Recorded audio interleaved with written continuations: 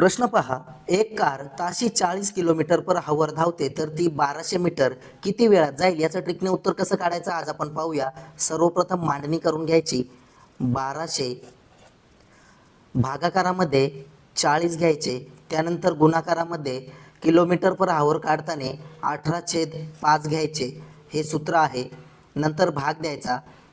शून्याला हा शून्य कट झाला, हा शून्य कट झाला, राहिले 4 एके 4, 4 त्रिक 12, हा शून्य कट करून इथे लिहायचा.